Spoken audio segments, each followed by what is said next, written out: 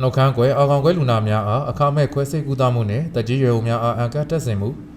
အင်ဒရာပြည်သူ့စေယုံကြီးမှဆောင်ရွက်ခဲ့ကြောင်းသိရပါတယ်။အဆိုပါအစီအစဉ်ကိုမတ်လ2ရက်နေ့မှ9ရက်နေ့အထိ4ရက်ကြာဟင်္သာပြည်သူ့စေယုံကြီးမှဆောင်ရွက်ပေးခဲ့ခြင်းဖြစ်ပါတယ်။ကျန်းမာရေးဝန်ကြီးဌာနရဲ့ဦးဆောင်ပံ့ပိုးမှုအေရရီတိုင်းဒေသကြီးအစိုးရဖွဲ့နဲ့တိုင်းဒေသကြီးပြည်သူ့ကျန်းမာရေးကုသရေးဦးစီးဌာနမှုဒေါက်တာတီဟာရဲ့အနီးကပ်ကြီးကြပ်မှုတို့နဲ့ဆောင်ရွက်ခဲ့ခြင်းဖြစ်ပါတယ်။နှုတ်ခမ်းကွယ်အာကောင်ကွယ်လူနာများအခမဲ့ခွဲစိတ်ကူးသမှုနဲ့